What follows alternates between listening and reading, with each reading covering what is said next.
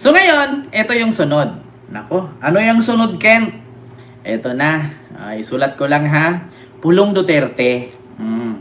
Mga kababayan, si Pulong Duterte, kung naalala ninyo, ang bansa na kanyang aalisan ay 17. 17 country na bansa yon. Kung nakita ninyo, 17 ba yon? 16 or 15? Ngayon po mga kababayan, nagbago na. Dalawa na lang.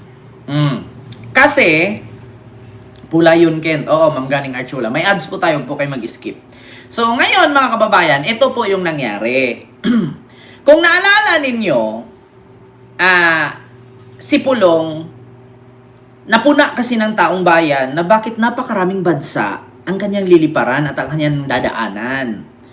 Ngayon, sabi nga ni Senator Antonio Trillanes doon sa Bingador na kasama ni Jose Claire Castro na parang in-interview sila, mga kababayan sa anong tawag doon? Programa ni Koy, Boss Mike at ni Takero, no? Naalala ninyo mga kababayan yung Bingador? Bingador ba 'yon tawag doon? Ang sabi ni Senator Trillanes, mga kababayan, ay ganito. Ano ba yung sabi ni Senator Trillanes? Parinig ko sa inyo ha. Kung bakit si Bato, si Pulong, nilagay niya ay 17 na bansa. So, ang sabi nga ni Senator Trillanes, alibay lang daw ni Pulong yan. Pero ang katotohanan daw dyan mga kababayan, hindi talaga siya 17. Style lang niya yan. Para hindi mabisto na kung saang bansa siya pupunta. Ito po pakinggan nyo mga kababayan. Tingin ko doon, nililista niya yan para hindi matitika ko saan. Pero hindi niya pupunta. Ang tingin ko doon, nililista niya yan para hindi matitika ko saan. Pero hindi niya pupuntahan lahat yon. Meron lang siguro mga 3 na bansa doon. Pero kasi kung yun lang ang isusulat niya, matitiktikan siya. Alam na agad. Yes. Makikita mo yan. Ang tingin ko doon, nililista niya yan para hindi matitika ko saan. Pero hindi niya pupuntahan lahat yon.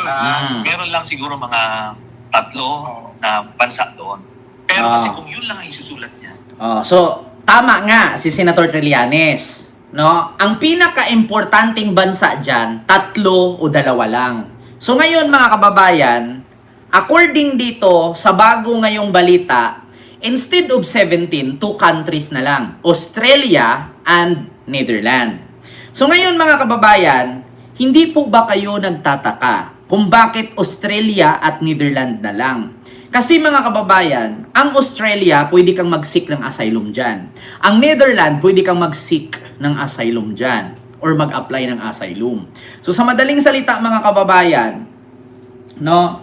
So, may plano nga na tumakbo. Kasi bakit? Kung naalala ninyo mga kababayan, yung kaibigan niya ni Pulong, si Edvic at si Eric Yap, naka-freeze na lahat ang mga ari-arian.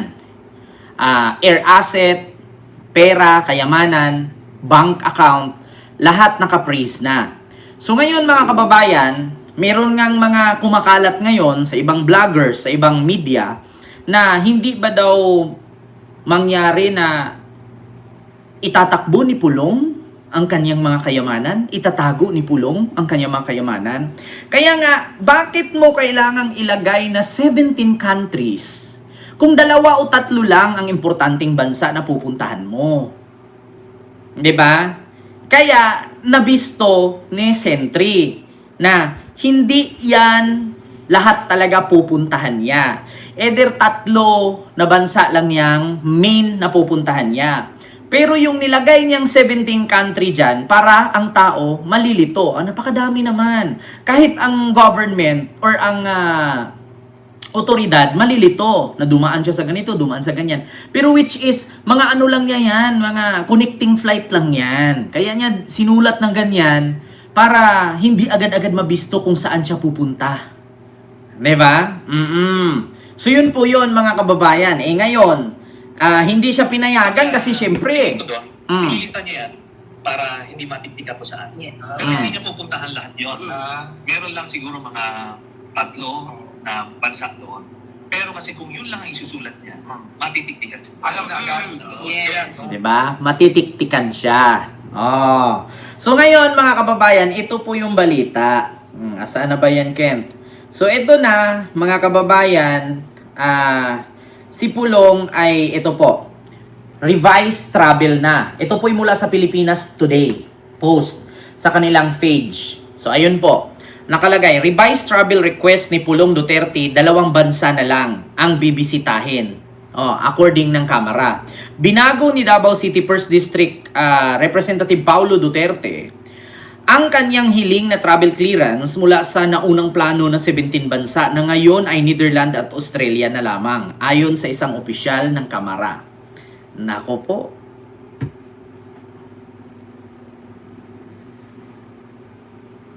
Ayan, sabi ni Margot Spilina. Alam mo, Ken, kapag nag-seek ka ng asylum sa isang bansa, ang kapalit nun hindi ka na pwedeng bumalik sa original country mo. Yun nga ang problema, mga kababayan. Kasi nga, kung naalala ninyo, si Pulong po ay ipinatawag na po ng ICI. So ngayon, kung walang tinatago at talagang malinis, kasi ang sabi, wala daw multo sa Davao, humarap. Bakit ayaw humarap? Ang rason ay pautot at pamumulaklak lang daw ni Marcos itong ICI. So ano daw ang karapatan ng ICI na mag-interview sa kanya? Wala naman daw jurisdiction ang ICI sa Congress. Pero mga kababayan, kung nakasaad sa Republic Act Order ni PBBM, ang ICI ay may power na lahat ay pwedeng imbitahan. Kahit anong ahensya ng gobyerno. Hindi ka naman pinipilit kung a-attend ka o hindi. Walang namimilit, pero may karapatang mag-imbita. May karapatan ng ICI sa batas na iginawa sa presidential order ni PBBM. May karapatan silang mag-request sa'yo, imbitahan ka, papuntahin ka doon. Hindi ka naman pipilitin. Pero, kung may makalap silang ebidensya laban sa'yo, at hindi ka sumipot, may karapatan silang mag-file ng kaso sa ombudsman laban sa iyo. So ngayon mga kababayan, yun nga ang sabi nito ni Adyong, Representative Adyong ng Mindanao Congressman Mindanaon Congressman ito, na ang sabi nga niya, ito po mga kababayan, ni Sia Adyong, Adyong to Pulong. Ito Duterte. Mga kababayan, tignan nyo ang sabi ni Adyong. You're from Mindanao, but you are a Well, first of all, we sympathize why the public is asking questions because this type of trip is not ordinary trip, diba? 17 countries, I guess, for 2 months. You don't necessarily get this request from any of the members. Normally, pag mga bakasyon kasi, ilang weeks lang. But this is a trip which is, to me, it's not ordinary, no? 17 countries in 2 months.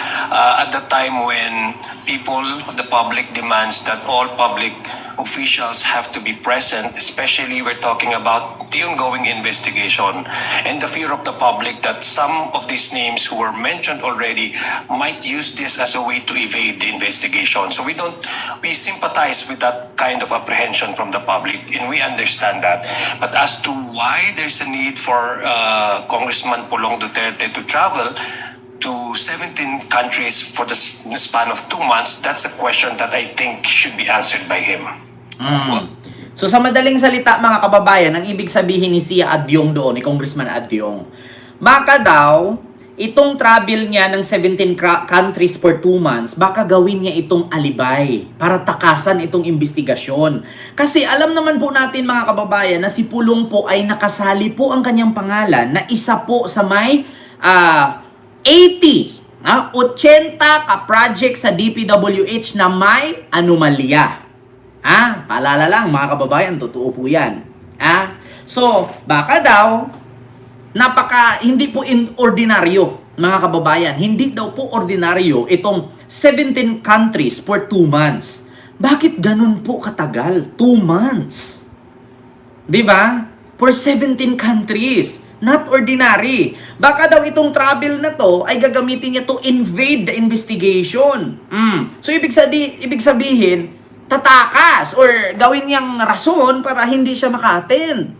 Kasi alam naman niya mga kababayan na kasali ang kanyang pangalan, 'di ba? Sa anomalous flood control issues ngayon. At eto pa, mga kababayan, 'di ba? Alam po natin na mismong si Representative tawag dito. Well, first of all, Ito mga kababayan, si Tinio, no? Rep Tinio, mga kababayan, to Pulong Duterte, mga kababayan, tignan nyo ha. Duterte Project. Pakinggan niyo ha, mga kababayan.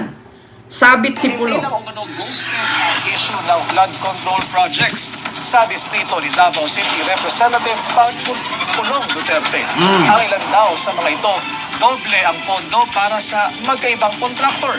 Pakinggan ninyo ha. Mavic Trinidad ng Abante. Mga kababayan, sasabit po talaga si Pulong dito according sa investigasyon ni Congressman Tinio ng Teachers Party List. Mga kababayan, pakinggan nyo po. Kaya isa sa rason na tatakbo na nga naman ang lolo nyo. Umabot na rin ang umano'y anomalya ng flood control project sa Davao City. Ibinunyag ngayon ni ACT Teachers Party List Representative Antonio Tinio na may 121 kontrata na nagkakahalaga ng 6.6 billion pesos at 80 kontrata rin na may halagang 4.35 billion pesos ang may indikasyon daw ng katiwalian. So, 100 plus project for 6 billion at 80 plus project na 4 billion na may kupit. May katiwalian. Ano nga bang katiwalian yan? Ano nga bang anomalya yan? At ano nga bang kabulastugan yan? Pakinggan nyo pa. Ipinatupad daw ito sa kahabaan ng Davao River at Matina River mula 2019 hanggang 2022. Sabi ni Tinio, nakita raw nila sa kanilang pagsusuri ang malinaw na pattern ng irregularidad ng mga proyekto gaya ng ghost projects, dobleng pondo, pagbabago ng lokasyon, overpricing at mga kontratang walang sapat na detalye. Kita ninyo? Ghost project, pagbabago ng lokasyon, doble ang pondo.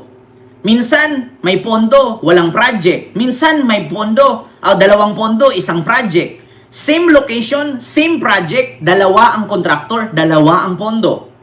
So, ibig sabihin mga kababayan, yung 40 ka project, dapat 20 lang yun. So, nagiging 40 siya. Kasi bakit? Yung isang project, dalawa ang kontraktor, dalawang pondo. So, paano nangyari yun? Ito pa. Natuklasan din nila sa kanilang investigasyon na sa 121 proyekto, 70 dito na may halagang 4.7 billion pesos ay mga congressional insertions sa National Expenditure Program o NEP. Ang mga nasabing proyekto ay ipinatupad sa unang distrito ng Davao City na kinakatawan ni Congressman Paulo Duterte. Basically, nakikita po natin na sa pagsusuri ng mga flood control projects sa Davao at partial pa lamang ito, merong mga nakababahalang indikasyon na hindi regular, no? At maaaring merong possible ghost projects, maaaring clearly merong overpricing, Patay. no? At iba pang mga tipo ng anomalya. Sa mga nasabing proyekto, 5 klase ang nakitang red flag ng mambabatas. Ang total overlap ng dalawang kontrata na may halagang 135.14 million pesos ay parehong sakop na bahagi ng ilog. Isa noong 2019, isa noong 2020. Biruin ninyo, 2019 at 2020, isang proyekto ang ilog. Sabihin natin, ano ba yan? Tulay ba yan o flood control? So, paano nangyari na sa 2019, ang budget dyan 100 million flood control? Sabihin natin, flood control yan. 2019. So, bakit pagka 2020, may another na 100 million, pareho pa rin. Parehong lokasyon, parehong pondo. Yun ang question ngayon. So, halimbawa, natayo yung una, 2019. Sige, perfect. Completed sa DPWH, nakatayo na. So bakit mo kailangan ihiling pa ulit ng pondo, nakatayo na nga? Para saan yung pangalawang pondo? Kasi same location, same project, same pondo. So yung pangalawang pondo, either ibulsa yun or paghatian. Kasi bakit? Nagawa na nung 2019, bakit kukuha ka pa sa 2020? Same project. Pangalawa, either natayo na or hindi pa, so goodbye na. Ayan, ako mga kababayan, ito double funding. Two contractors amounting 115 billion. Ayan po double funding. Double funding. 115 million. Nako. Ito ng pagkakaroon ng proyektong double funding o dalawang kontrata na may halagang higit 115 million pesos na iginawad sa magkaibang contractor para sa parehong lokasyon ng proyekto. May change location at short-changing kung saan siyam na kontrata na nagkakahalaga ng 484.4 million pesos ang ipinatupad sa ibang lokasyon na hindi nakasaad sa General Appropriations Act o GAA at mas kaunting bahagi ng proyekto ang naisagawa. Kita ninyo? 400 million nakalagay. May pondo, pero wala doon sa GAA. So saan mo ilagay yun? Nag-propose ka ng 400 million, tapos wala doon sa listahan ng GAA. Saan mo gagawin yun? Yan ang isa, mga kababayan. Kaya nga yung salitang 51 billion hindi nyo maloko ang tao. Pwede nyong linlangin na, ito, may libro. Diyan sa libro, ma-check mo kung saan lahat dyan nagawa. Ang tanong, magkaiba ang picture sa ini-evaluate. Ini-evaluate dapat kung ang project ba niya na nasa picture ay substandard, or ghost, or solid. Ngayon, kung nakatayo nga, ang pau naman, wala rin. Niloloko pa rin. Sabihin, ito, Kent, kita mo yung tulay. Ayan, project yan. So, ano pang problema mo? Wala tayong problema sa tulay nakatayo. Ang tanong, pulido ba yan? Kasi nangyari na yan sa Isabela. Ang tulay tapos. 1.8 billion, 1 billion na lang. Pero nung dinaanan ng truck, bumigay. Aanhin mo yung nakatayo. Nung nadaanan ng ilang sasakyan ng dumaan, bumigay. Di ba? Wala tayong problema sa nakatayo. Ang problema dyan, kung pulido ba? Paano kung substandard yan? Di niloloko nyo pa rin yung tao. Ang substandard at ghost project, walang pinagkaiba. Ulitin ko, mga kababayan. Ang substandard at ghost project, walang pinagkaiba. Bakit? Nagtayo ka, nakita may tulay. Pero yung ilalim ang pau. Masisira pa rin. Ang ghost project, may pondo, may budget, pero walang tinayo. So wala rin kwenta. Ninakaw pa rin. So, ang substandard at ghost project, walang pinagkaiba, ninakaw pa rin. Sa 100 million, malay natin 20 million lang yung gawa. Yung 80 binulsa, di walang pinagkaiba. Di ba? Ito. Tracks without details o wala raw mga detalye, lokasyon o haba ng proyekto ang 62 kontrata na umaabot sa 3.44 billion pesos. Merong 60 ka project. Nakalagay. Umaabot sa 3.44 billion pesos. 60 ka project. Pero walang lugar. Kung saan ilagay, saan gagawin ang 60 ka project? Yan ang tanong ngayon, mga kababayan. Eto na nga. Biruin ninyo, mga kababayan, narinig nyo naman. 60 ka project. 3.44 billion, not only million billion. 3 billion kalahati. 3.44 billion. 60 ka project. Walang exact location, walang lugar, at walang nakalagay kung anong project yon. Pero, pinopropose. Yan ang tanong ngayon, mga kababayan. So, alam nyo na. Bukod pa rito ang 10 kontrata na hindi raw nakasaad sa GAA na may halagang 2.65 billion pesos. Ayan pa. May 2.65. Ang usapan dito mga kababayan, billion ha. Hindi milyon, billion. May 2 billion, merong 3 billion, merong 6 billion. Puro billion to. Mga kababayan, hindi million. Alam nyo na. Kaya, pag sinabi nating billion, malaki yun. Pag sinabi nating million, okay lang. Pwede pa nating ngitian. Pwede pa nating tawanan. Million lang yan eh. Di ba? Billion ang usapin. Kaya talaga namang mapalagay mo talaga 17 countries. Di ba? Kaya nga sabi ni Trillanes, mga kababayan, anong sabi ni Trillanes? Kailangan ilagay niya yan dyan 17. Kasi, kapag ilagay niya dyan 3 lang, pero 3 lang talaga ang totoo dyan. Matiktikan kasi siya kung saan siya pupunta. Di ba? Pakinggan ninyo. Makikita mo yan. Ang tingin ko doon, nililista niya yan para hindi matipid ako saan. Pero hindi niya pupuntahan lahat yon. Meron lang siguro mga 3 na bansa doon. Pero kasi kung yun lang ang isusulat niya, matitiktikan siya. Alam na agad. Yes. Makikita mo yan. Ang tingin ko doon, 'Di ba? Ang talino talaga ni Trillanes. Alam ni Trillanes. So ibig sabihin, mga kababayan, ano ba yung ibig sabihin ni Trillanes na matiktikan?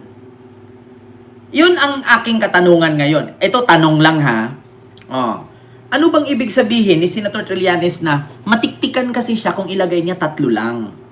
Kailangan 17. So, ito bang sinabi ni Trillanes, ang ibig sabihin ba na matiktikan, matitre siya kung saan siya magtago? Matitre siya kung saan niya i-deposit itong mga perang, alam mo na? Tanong lang ha, mga kababayan, nagtatanong lang, matitrace, malalaman, makikita? Kasi kung ilagay mo dyan mga kababayan, 17 countries, talagang ang gobyerno mapapagod maghanap sa'yo. 'Di ba? Si Saldi ko nga lang, ilang country lang ang pinuntahan niya. Nag-Singapore siya. Tapos nag-Europe siya, o nag-US. Tapos nag-Europe. 3 bansa nga lang, sumakit na ulo eh. Hindi nga mahuli-huli. Pero naka-ano na siya, red notice na siya.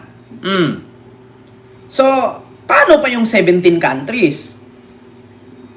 Talagang mapapagod ang ano niyan. Siyempre, magpunta ka dun sa unang country na sinabi, tatanungin mo yan kung dumaan ba dito o wala. Pag sinabi, hindi naman dumaan dito. So, siyempre, gagastos na naman ang gobyerno. O, sunod, bukas, yung pangalawa namang bansa. Mapapagod. Mapapagod, mga kababayan. Ang government, kung sakaling may anomalya man, kung magtaguman, mapapagod mag-trace, mapapagod maghanap hanggang sa kalimutan na lang. Si Tebes nga, anong bansa lang tinakbuhan ni Tebes? Timor-Leste, nahihirapan ng ulihin. Buti na lang nakipag-coordinate ang Timor-Leste government kay PBBM. Si Alice Go, ganun rin. Lumipad ng Malaysia, pumunta ng Singapore, tapos lumipad ng Indonesia. Buti na lang yung Indonesian government nakipagtulungan sa Philippines. Kasi kung hindi mahuhuli. Yan ang mga katanungan ngayon. Nagtatanong lang po tayo mga kababayan. So, kung hindi totoo ang sinabi ni Trillanes na kailangan kasi isulat niya dyan marami para hindi siya matiktikan. So, ang totoo talagang puntahan niya dyan, 3 bansa lang. So, bakit ngayon mga kababayan, nagtugma ang sinabi ni Trillanes dito sa bagong request ni Pulong na 2 bansa na lang? Di ba? Sa 80%, sa 100% na sinabi ni Trillanes, 90% totoo. So pumalyaman siya kasi ang sabi niya, ang totoo dyan na puntahan niya, 3 bansa lang. tingin ko doon, nililista niya yan para hindi matipid ako saan. Pero hindi niya pupuntahan lahat yon. Meron lang siguro mga 3 na bansa doon. Pero kasi kung yun lang ang isusulat niya, matitiktikan siya. Alam na agad. Di ba? So alam niyo na mga kababayan, biruin mo 17 countries, ngayon 2 na lang. Di ba? So ibig sabihin lahat 'yon. Tama nga si Senador Trillanes. Nagbi-base lang tayo kay Trillanes. Kung mali si Trillanes, Bakit ang bilis sabihin ni Pulong na dati 17, ngayon 2 na lang? So, ibig sabihin, pabulak lang niya. Pabulak niya yung 15? Oh, di ba? Pabulak at pautot lang. Ang talino talaga ni Sentry, no? Mga kababayan, ang talino ni Senator Trillanes, sa totoo lang, nakakabilib. Ha? Nakakaloka. Ang talino. Kasi imagine ninyo, 17 countries yan noon. Ngayon 2 na lang. So, si Trillanes, bago ito binago ni Pulong, sinabi na ni Trillanes last week pa yan. Actually, week ago na yan. Actually, 1 week ago na nga yata yan. 6 days. 6 days? Oo. Tingin ko doon, nililista niya yan para hindi matipika po sa akin. Pero hindi niya pupuntahan lahat yun. Meron lang siguro mga 3 na... Diba? Ayan. So, yun na nga, mga kababayan. Kasi hindi kasi hindi kasi inaaprubahan ng Kongreso yung mga ganyang pautot kasi hindi po talaga normal. Biruin mo mga kababayan kung 17 countries ang pupuntahan mo in 2 months. Ano yung tag 3 days lang siya doon? Tag 4 days lang?